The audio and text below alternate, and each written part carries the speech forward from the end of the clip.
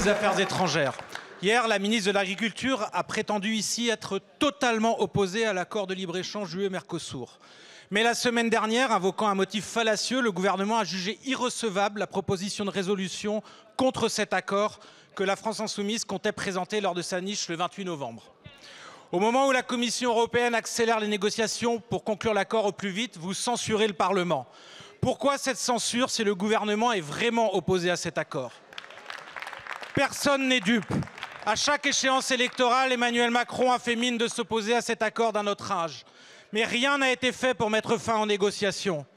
Car au lieu de vous opposer réellement à cet accord, vous entretenez le mirage de clauses miroirs et autres conditions en pratique inapplicables. Par exemple, la Direction générale de la santé de l'Union européenne vient elle-même de reconnaître qu'on ne peut pas détecter les hormones dans la viande brésilienne. Entre autres conséquences, avec ou sans nouvelle clause, cet accord provoquerait la destruction de l'agriculture familiale au profit de quelques multinationales de l'agrobusiness ou des services. Il entraînerait un flux massif de denrées de mauvaise qualité produites dans les pires conditions sociales et écologiques. Ce traité massivement rejeté de part et d'autre de l'Atlantique servira les seuls intérêts de quelques grandes firmes. Il est anachronique. Le temps du libre-échangisme triomphant est révolu.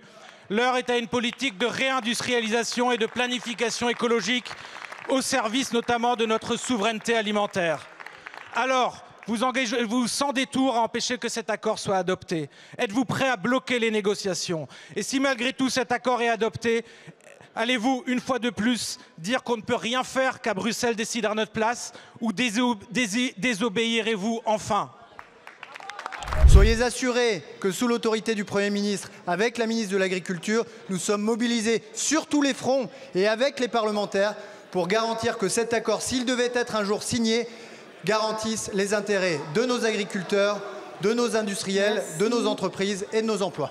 Continuez donc à dire qu'un autre accord Mercosur est possible. Nous, on n'en veut pas du tout. Bloquez les négociations, soyez clairs.